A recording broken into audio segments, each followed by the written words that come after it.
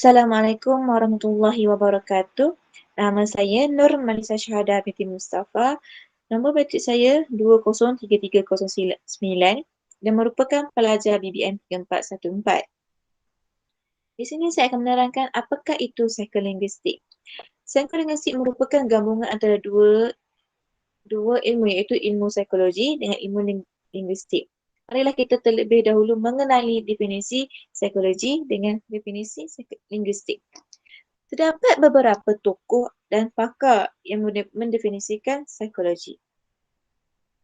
Menurut tokoh pertama ialah menurut Jilid Iman 1986, ilmu psikologi merupakan bidang kajian ilmu tentang akal budi. Tambahan pula, ia juga boleh dikenali sebagai ilmu tentang tingkah laku yang akan mencuba menjawab setiap persoalan demi persoalan tentang bagaimana sesuatu organisma tersebut melakukan sesuatu perkara dan mengapakah hal tersebut itu dilakukan. Manakala mengantar Simajuntak pula menurut mengantar Simajuntak 1986, ilmu psikologi ini merupakan satu proses sains manusia yang mencuba dan mengkaji proses akal manusia dan manifestasinya yang mengatur perilaku manusia itu. Seterusnya kita definisi linguistik.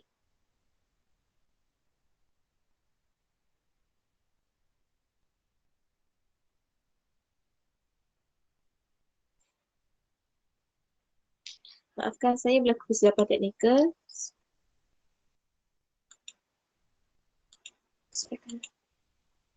Saya akan kongsi balik. Cuba kongsi balik.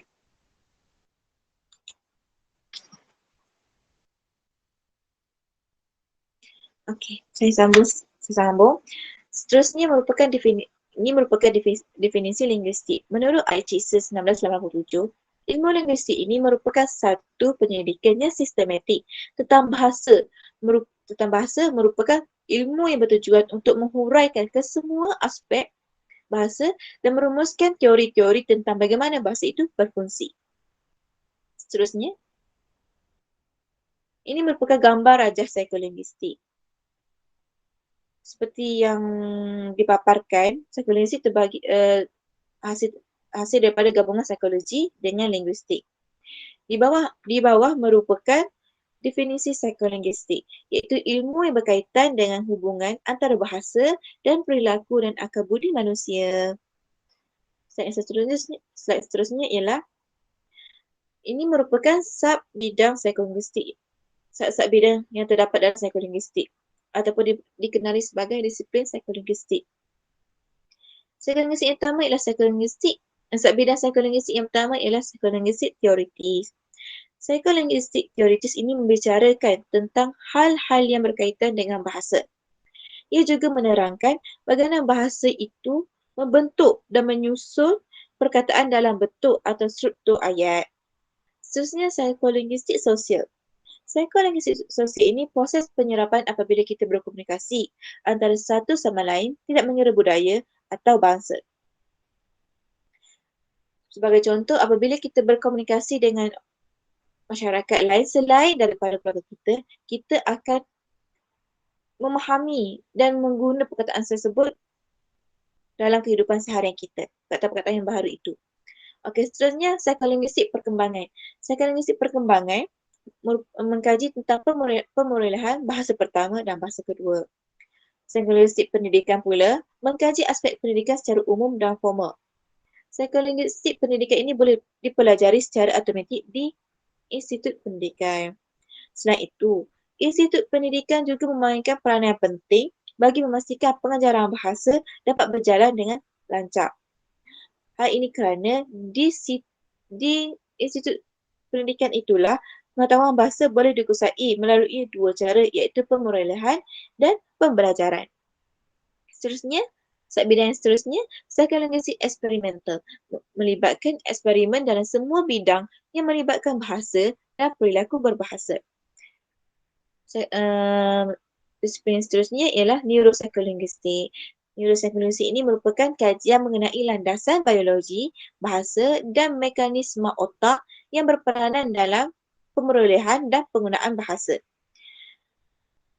Ia juga menelaah peranan otak dalam pemerolehan, produksi, pemprosesan dan gangguan bahasa tentang bahasa otak secara umum. Yang terakhir, psikolinguistik terapan. Psikolinguistik terapan ini penerapan dari temuan 6 subdisiplin psikolinguistik yang disebutkan sebelumnya. Hal ini dikatakan demikian kerana penerapan dalam bidang tersebut berhubung kait dengan bagaimana penyampaiannya dan cara untuk memahaminya antara kedua pihak yang berkomunikasi dan bagaimana untuk menimbulkan respon yang tertentu. Itu merupakan sub-bidang psikolinguistik. Seterusnya kita membicarakan tentang bahasa dan otak. Okey, definisi bahasa menurut Chomsky 1968. Bahasa ialah ciri minda yang unik yang membezakan manusia dengan haiwan. Tambah pula bahasa juga merupakan satu perkara bahasa ialah suatu perkara yang membezakan manusia dengan satwa dan bahasa itu terletak di hemisfera kiri.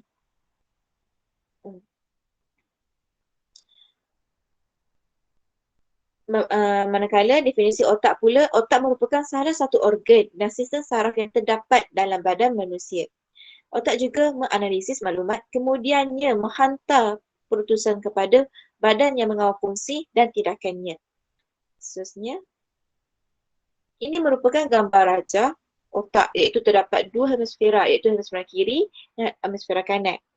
Seperti mana yang dipaparkan, bahasa terletak di hemisfera kiri. Seterusnya, slide ini ialah kecelaruan gangguan dalam bahasa. Kecelaruan gangguan dalam bahasa terbahagi pada tiga, iaitu afasia Broca, afasia Wernicke dan afasia global. Saya akan menerangkan satu persatu kecelaruan gangguan dalam bahasa ini. Yang pertama, afasia Broca. Afasia Broca ialah gangguan untuk berkomunikasi disebabkan strok atau berlaku kecederaan otak. Afasia Broca juga boleh berlaku disebabkan sel-sel otak mati kerana kekurangan aliran oksigen ke bahagian otak yang tertentu. Individu yang mengalami gangguan ini memahami apa yang dibicarakan sewaktu berkomunikasi, namun individu tersebut tidak mempunyai kemampuan untuk berkomunikasi dengan orang di sekelilingnya. Seterusnya, afasia Wernicke. Afasia Wernicke ialah afasia boleh dikenali sebagai afasia reseptif. Adalah disebabkan oleh kerosakan otak di bahagian kiri tengah. Oleh itu, individu yang mengalami afasia Wernicke ini sulit untuk berbicara dan sulit untuk memahami apa yang dibicarakan itu.